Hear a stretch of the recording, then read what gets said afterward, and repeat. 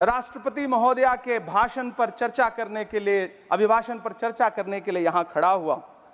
सरकारी भाषण की मजबूरियां होती हैं, सरकार की तारीफ करनी पड़ती है, लेकिन जिस एक शब्द के इर्द गिर्द पूरा भाषण बुना गया था वो था अमृतकाल। सभापति महोदय, छात्र नौकरी मांगने पर लाठियां खा रहे हैं, 2 जून की रोटी मुहाल है, पेपर लीक ने लाखों छात्रों का भविष्य चौपट कर दिया है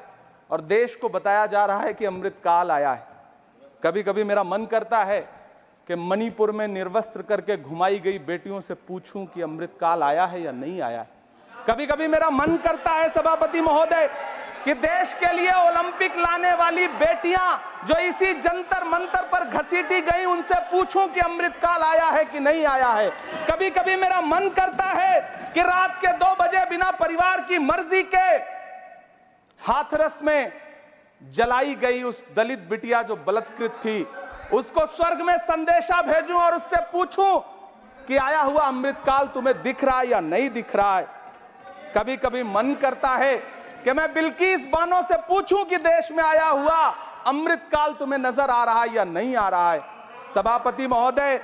कभी कभी मन करता है कि भीड़ के जरिए लिंच करके मारे गए पहलू खान की 85 साल की दोनों आंखों की अंधी मां से पूछूं कि देश में आया अमृतकाल तुम्हें दिख रहा है या नहीं दिख रहा है। कभी कभी मन करता है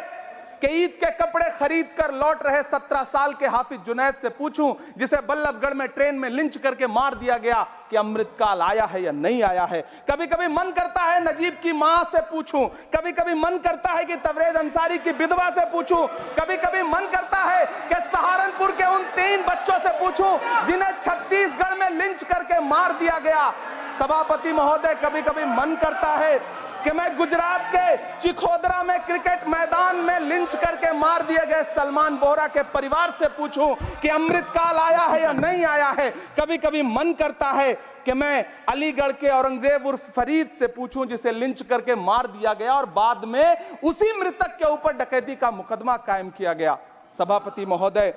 यह कैसा अमृतकाल है जिसके अभिभाषण में स्वास्थ्य पर सिर्फ आधे मिनट पर चर्चा हुई। कैंसर के मरीज दिन ब दिन बढ़ रहे हैं, हार्ट अटैक से हंसते खेलते बच्चे जान गंवा रहे हैं, कभी क्रिकेट के मैदान में, कभी जिम में, और इस सरकार के पास स्वास्थ्य पर बात करने के लिए आधा मिनट है। सभापति महोदय, कोविड वैक्सीन को लेकर के लंदन की अदालत से जो तथ्य देश के सामने आए हैं, उन्होंने भय फैला रखा है। कांग्रेस की सरकारों ने भी चेचक, पोलियो और प्लेग जैसी महामारियों के टीके लगवाए, लेकिन न तो कभी सर्टिफिकेट पर अपना फोटो छपवाया